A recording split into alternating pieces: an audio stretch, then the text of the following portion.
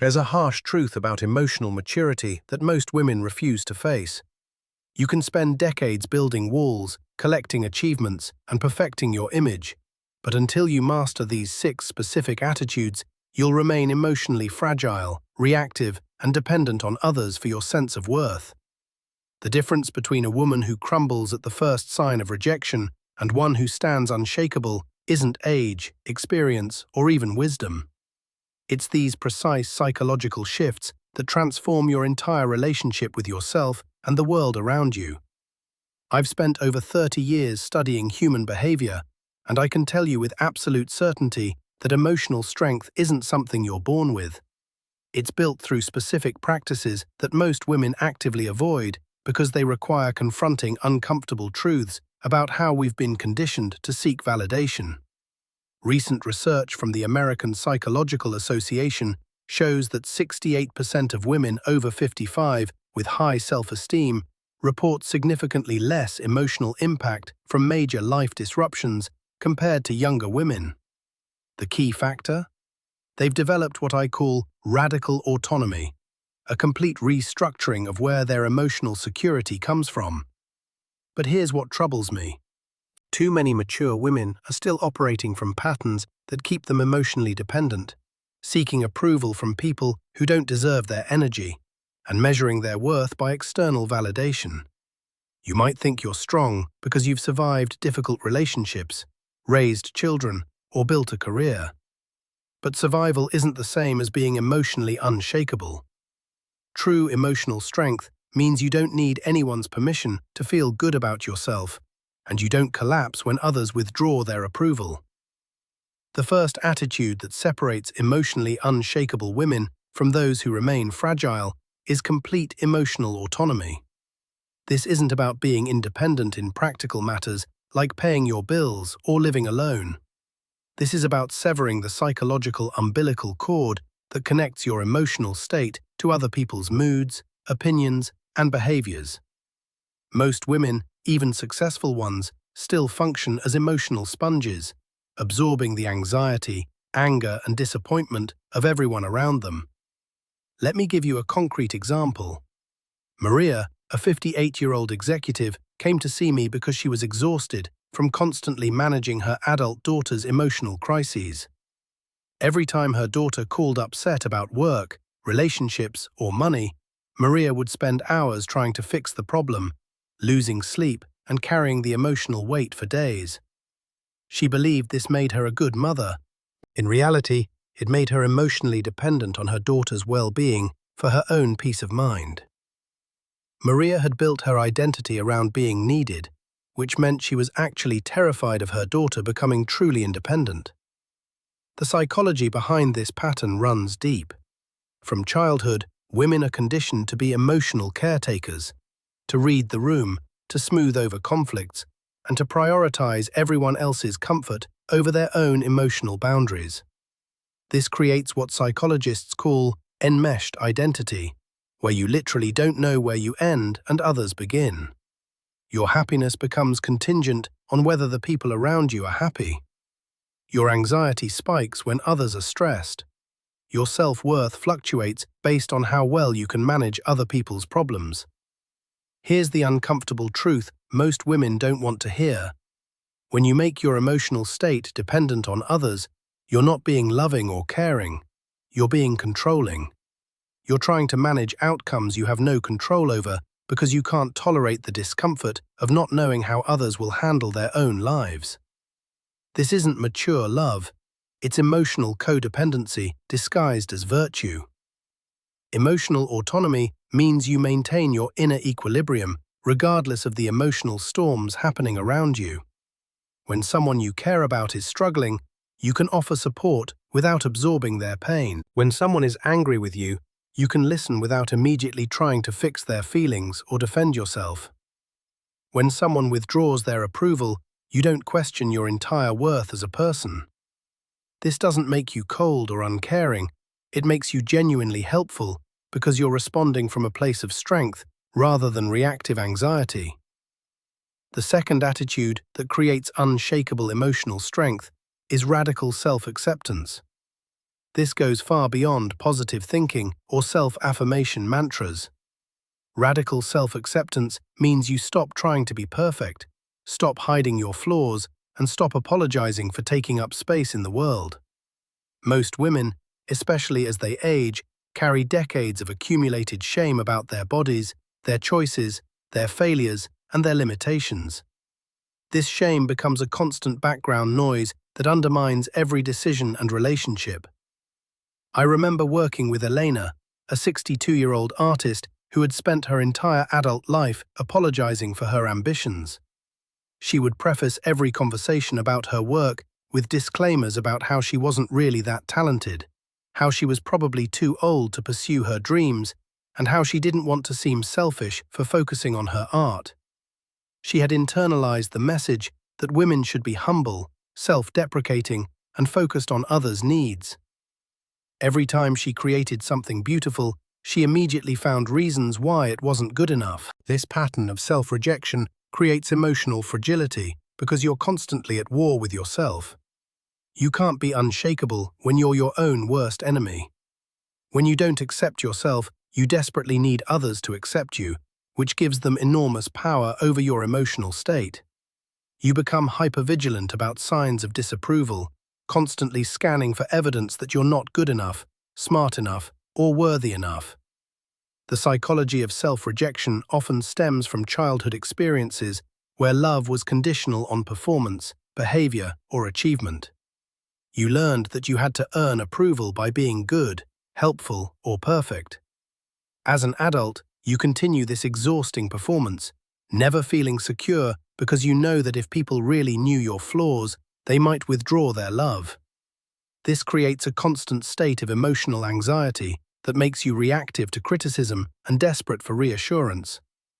Radical self-acceptance requires you to stop performing for approval and start living from authenticity. This means acknowledging your mistakes without drowning in shame. It means recognizing your limitations without using them as evidence that you're worthless. It means celebrating your strength without needing others to validate them. When you truly accept yourself, criticism becomes information rather than attack, and praise becomes pleasant but not necessary for your emotional stability. The third attitude that transforms women into emotionally unshakable forces is the ability to set boundaries without guilt. This might be the most challenging skill for women to develop because we've been conditioned to believe that saying no makes us selfish, mean, or uncaring. The result is that many women live their lives as emotional and practical doormats, saying yes to requests that drain their energy, time, and resources while feeling resentful and overwhelmed. Boundaries aren't walls you build to keep people out. They're guidelines you establish to protect your energy, values, and well-being. When you don't have clear boundaries, you attract people who will take advantage of your generosity, and you enable behaviors that ultimately damage your relationships. The woman who can't say no becomes the woman everyone calls when they need something, but no one considers when making plans or decisions. Consider the case of Patricia, a 55-year-old teacher who had become the unofficial family coordinator for her extended family. Every holiday, birthday, and family crisis became her responsibility to manage. She planned events, mediated conflicts, and provided emotional support to everyone while her own needs went unmet. When she finally tried to step back and ask others to take responsibility, she was met with guilt trips about being selfish and abandoning her family. The people who had benefited from her boundaryless giving suddenly became angry when she tried to establish limits. This reaction reveals an important truth about boundaries. The people who get upset when you establish healthy limits are usually the ones who are benefiting from your lack of boundaries. Their resistance isn't evidence that you're being unreasonable, it's confirmation that boundaries were needed. Healthy people respect boundaries because they have their own. Unhealthy people resist boundaries because they want unlimited access to your resources. The psychology behind boundary struggles often connects to deep-seated fears of abandonment and rejection. Many women believe that if they don't constantly give, help, and accommodate others, they'll be left alone. This fear makes them willing to sacrifice their own well-being to maintain relationships, even when those relationships are one-sided and draining. The irony is that people actually respect you more when you have clear boundaries, because it signals that you value yourself. Setting boundaries without guilt requires you to understand that you're not responsible for managing other people's emotions about your limits. When you say no to a request, you're not obligated to make the other person feel good about your decision. You can be kind and respectful while still being firm. You can explain your reasoning without justifying your right to have boundaries. When you stop trying to manage everyone's reactions to your limits, you become truly free to make decisions based on your own values and priorities.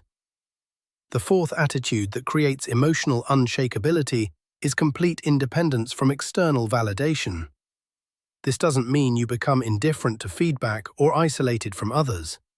It means your sense of worth comes from within, rather than from the approval, praise, or acceptance of other people. Most women, even successful ones, still measure their value by how others perceive them, which creates emotional volatility because you can't control other people's opinions. Validation addiction shows up in subtle ways that many women don't recognize. You might find yourself changing your opinions based on who you're talking to, dressing to please others rather than yourself, or feeling anxious when you haven't received positive feedback for a while. You might obsess over social media responses, replay conversations looking for signs of approval or disapproval, or feel devastated when someone doesn't respond to your messages immediately.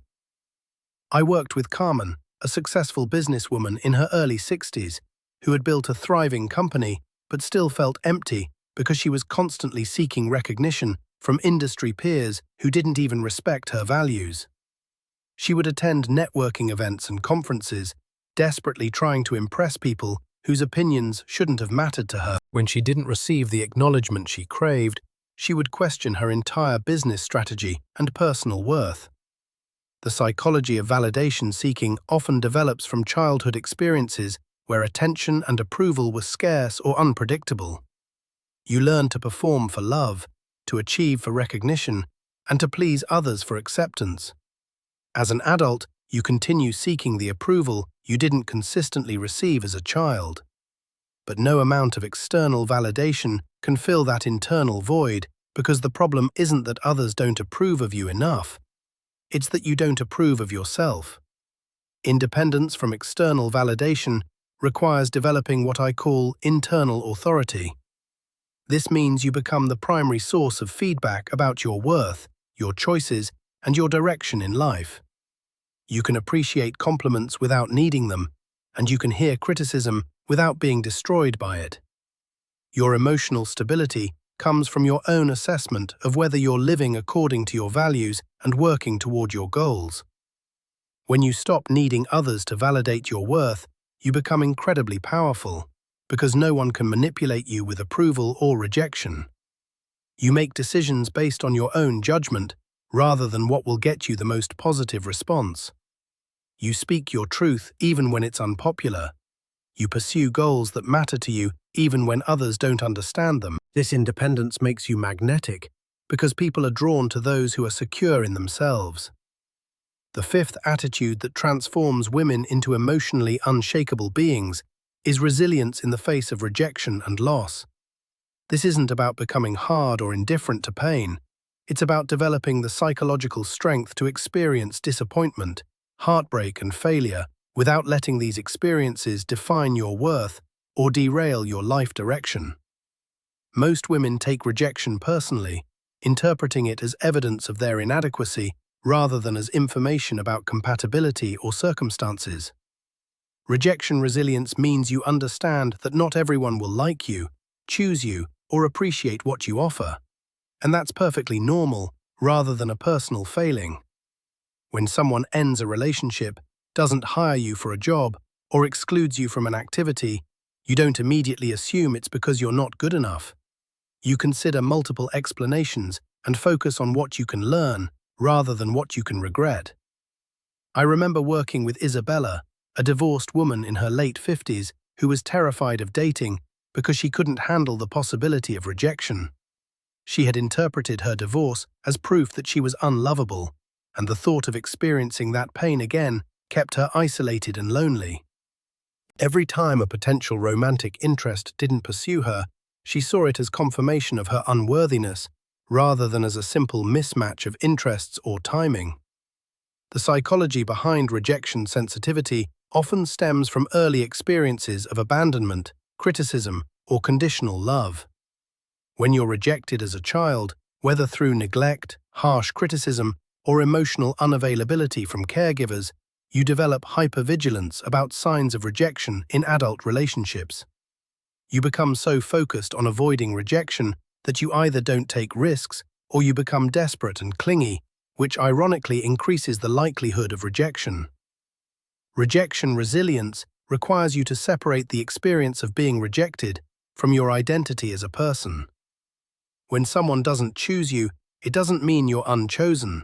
It means that particular person, in that particular situation, made a different choice based on their own needs, preferences, and circumstances.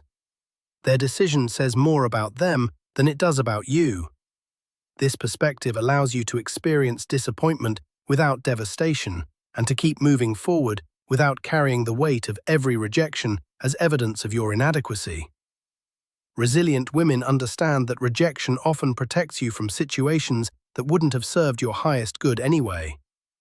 When someone doesn't appreciate your value, they're saving you from the exhausting experience of trying to convince them of your worth. When a relationship ends, it creates space for connections that are more aligned with who you're becoming. When you don't get what you think you want, you remain available for what you actually need. The sixth and final attitude that creates emotional unshakability is having a mission that transcends relationships and external circumstances. This means you have a sense of purpose that gives your life meaning regardless of your relationship status, social connections, or external achievements. Women who are emotionally unshakable don't make other people the center of their universe because they have something bigger that drives them. Your mission doesn't have to be grandiose or world-changing. It might be creative expression, spiritual growth, community service, or personal development. What matters is that it comes from your authentic interests and values, rather than from what you think you should care about. When you have a genuine mission, you become less dependent on relationships for fulfillment and less reactive to the inevitable ups and downs of dealing with other people. I worked with Luz, a woman in her early 60s who had spent decades defining herself through her roles as wife and mother. When her children left home and her marriage ended, she felt completely lost because she had no sense of who she was beyond these relationships. Through our work together, she rediscovered her passion for environmental conservation and began volunteering with local organizations. Having this mission gave her life structure, meaning, and connection that didn't depend on romantic relationships or family dynamics. The psychology behind mission-driven living connects to what researchers call intrinsic motivation, the drive that comes from internal satisfaction rather than external rewards. When your sense of purpose comes from within, you're less vulnerable to depression, anxiety, and the emotional volatility that comes from making other people responsible for your happiness. You have something to wake up for that doesn't depend on anyone else's choices or behaviors. Having a mission also makes you more attractive to healthy people because you're not looking for someone to complete you or give your life meaning. You're already complete, already purposeful, and looking for someone to share that fullness with, rather than someone to fill an emptiness. This changes the entire dynamic of your relationships because you're choosing people from abundance rather than need. Mission-driven women don't lose themselves in relationships because they have something to return to that's entirely their own. They don't tolerate disrespectful treatment because they have important work to do and won't let anyone distract them from it. They don't become desperate or clingy because their sense of purpose provides the security that others seek from relationships.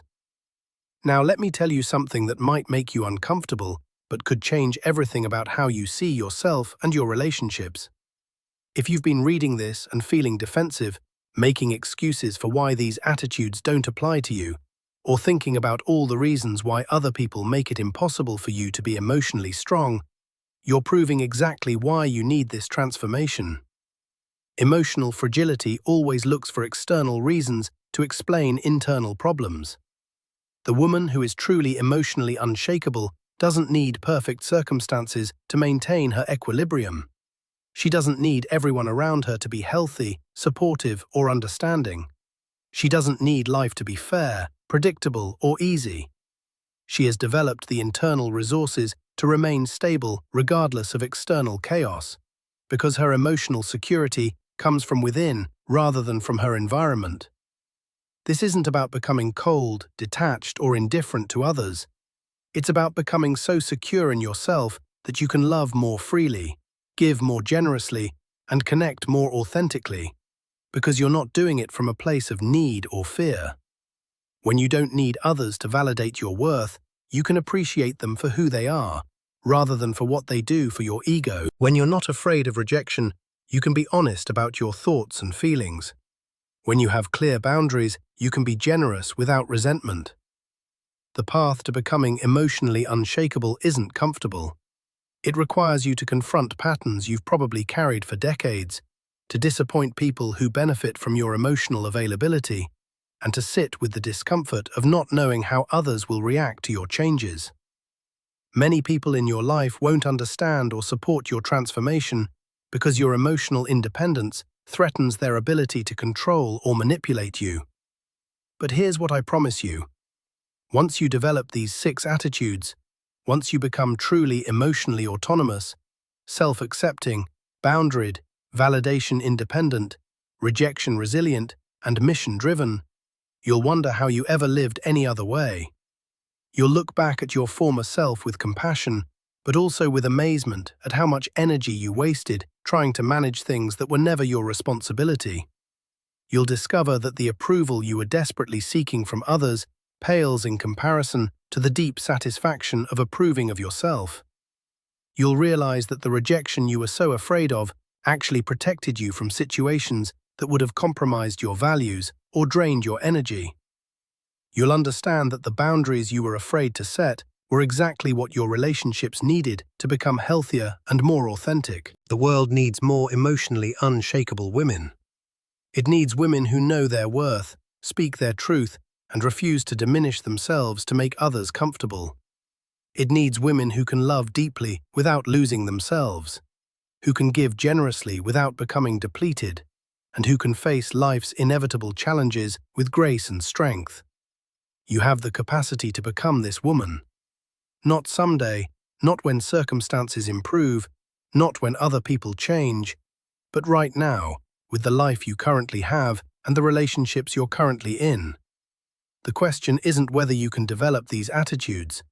The question is whether you're willing to do the uncomfortable work of changing patterns that no longer serve you. Start today. Choose one of these 6 attitudes and begin practicing it in small ways. Set one boundary you've been afraid to set. Stop seeking validation from one person whose approval you've been craving. Accept one aspect of yourself you've been trying to change. Take one step toward a mission that excites you. The woman you're meant to become is waiting for you to stop making excuses and start making changes. This content was inspired by the teachings of Walter Riso. If you want to delve deeper, I recommend his book, Love and Don't Suffer. Comment below, I am unstoppable.